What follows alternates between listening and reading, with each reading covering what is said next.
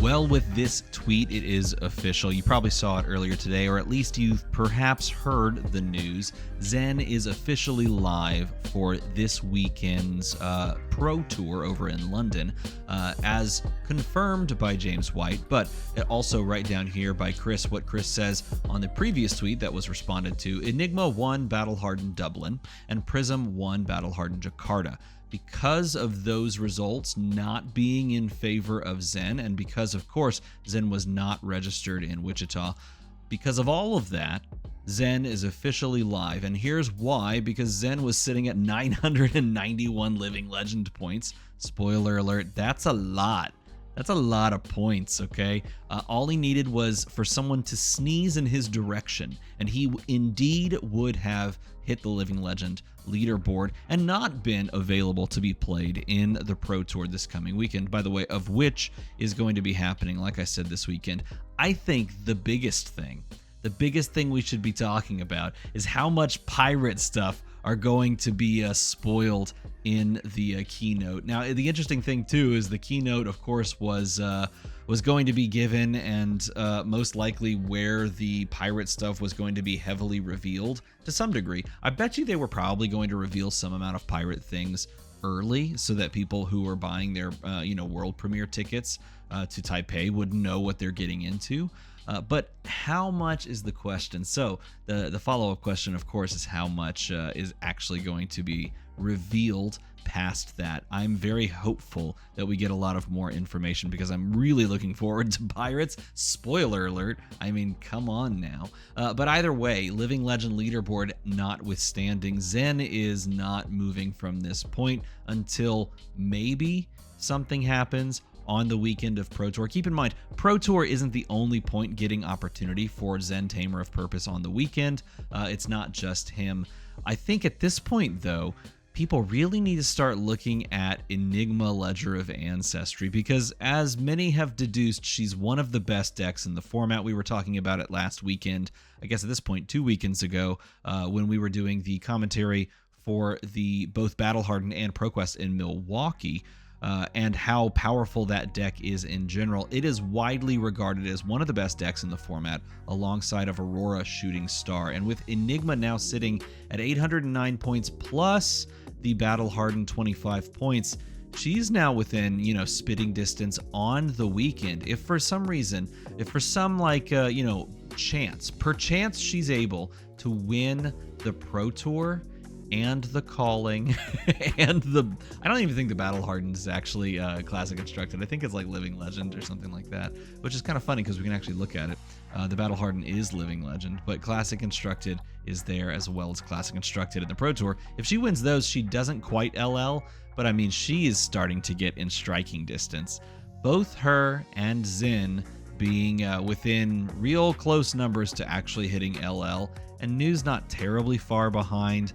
We are approaching a point where the 3 heroes from Part the Mistveil will exit the format entirely in about a year, which is probably too fast. And that is the crux of what we're talking about right now. Like, how fast is too fast? This has been a conversation that LSS has touched on a number of times, and the idea that you could maybe keep a hero in that ballpark of like a year and a half being sort of the sweet spot, with some heroes going a little quicker, and then other heroes obviously taking a little while longer to actually hit the Living Legend status. In doing so, plus the points going up or going down, means that heroes are going to have this natural life cycle as they make their way into the Living Legend status. But is less than a year, is that too quick? Because obviously, if Zen does not win something over the coming weekend at the Pro Tour, if he doesn't win something, he's going to make his way out in the ProQuest season. Of course, ProQuest leading to the second Pro Tour this year.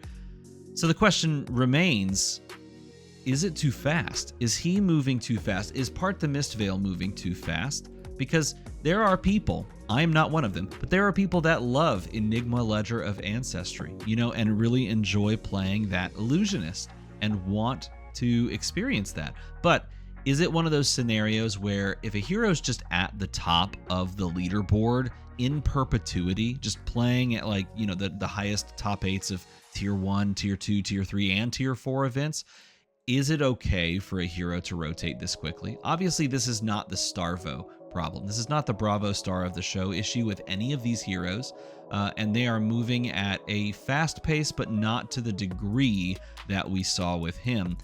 Of course, you could argue Zen was arguably going faster until they did the correct thing and nerfed him a couple of times.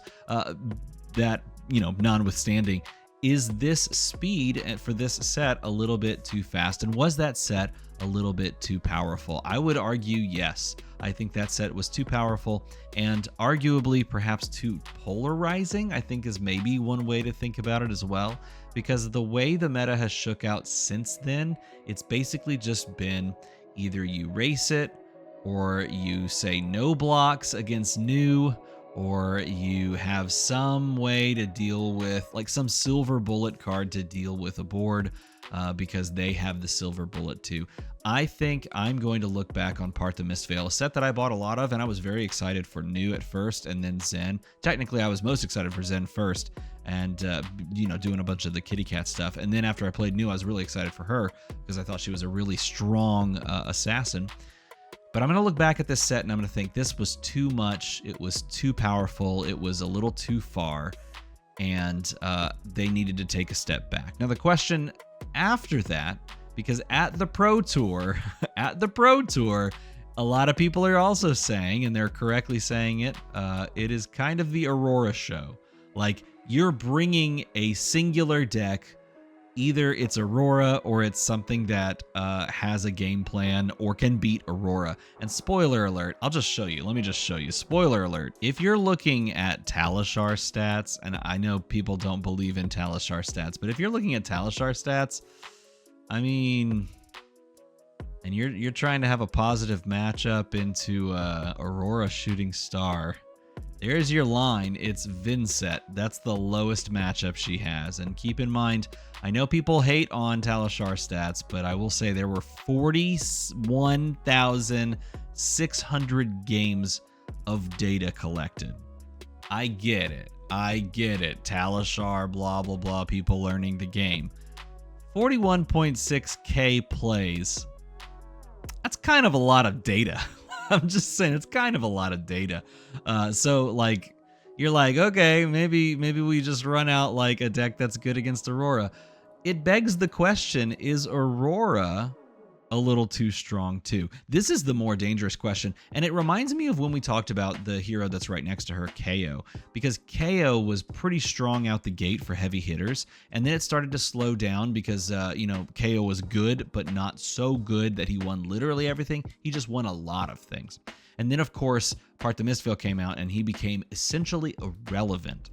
Aurora Shooting Star is shooting like crazy to the top of the leaderboard with 315 points. I think that's literally the most points across the board. Syndra had a huge out-the-gate performance, but Aurora, after the rotation of Viserai, Aurora has taken the mantle of best deck in the format and best Runeblade to play, and she's just so powerful in especially just about anybody's hands, but especially players that know how to use her. And then she got fed by an armory deck. This is, to me, the most dangerous thing, is these heroes leaving because they're so powerful means that new players coming in are going to have to pivot off of a deck. And keep in mind, all of this feeds back into the cost curve of this game, which is there's no way around it. This game is expensive, arguably too expensive. I would say I would say too expensive. It's too expensive for a new player to step in unless they are ready to commit, and they should, because this game is the best game on the market. Period. End of story. This has the best gameplay. Period. End of story. Now, LSS knows the price is a steep one to really start rolling. And of course, it being an Eternal format game, you can do things like buy, very solid staple generics and equipment and use them from deck to deck. But it's dangerous when a hero that is like the learn to play hero into the armory deck hero into the souped up hero is so quick and just blinks out of existence. That to me is very dangerous. So I'm curious to see what they're going to do after Pro Tour, because Pro Tour is going to be the litmus test. Wow, that's an image to jump right to. Pro Tour is really going to be the litmus test because she's going to do well. She's going to have a lot of representation across the board. She may not win, but I would be surprised if she's not multiple in the top 8, like 3 Auroras in the top 8. And I would, if you gave me the opportunity to put $1 million on something and I win $1 million plus whatever, I don't know. If I had a lot of money to bet, I'd put it on Aurora. I don't think there's another hero besides Enigma that I would be comfortable putting that much money on. If you were like, hey, bet for me, I'd put it on Aurora because she's that good. And it means that what do they do after? That's the litmus test. This hero is one that they deserve and should want to keep around. And something's going to have to change if that is going to be the case. Either they let it happen naturally, which maybe that means that they have a plan in place for another hero to take up that mantle of the learn to play hero. Obviously, Gravy Bones is coming out next in the Armory deck. So maybe he is the next up as far as like learn to play into Armory deck heroes. I think there might be some complications to that with him building a board. But either they let her go naturally or they touch something as far as bans are concerned. If bans or restrictions are on the table, what would they touch? That's the question I ask you. I think if they're going to do anything, they touch electromagnetic somersault. I don't think any of they could go really heavy-handed and like restrict, which would just be awful, but they could like restrict Channel Lightning Valley. Maybe that's the play. It is very oppressive for multiple card draws, but I would like to know what you think in a comment below. How do you think they stop the rapid rise of Aurora Shooting Star? Or do you think it's even necessary? And do you think that it's fine to just let Aurora continue to rise naturally, make her way out after the ProQuest season, this one that's coming up, and then have another hero sort of take her mantle of the learn to play heroes? Either way, Zen sticks around for Pro Tour, and tomorrow I'm going to talk pretty heavily about some heroes that I think are dark horses in this upcoming Pro Tour. I do think Aurora is probably going to win it. I think she's strong enough to definitely take it down, but there's a couple heroes that could give her a run for their money, depending on if they show up and show out. So if you want to see that video, of course, make the number. Go to the other number. Support the YouTube channel here by pressing a red button. As always, everybody, thanks for watching.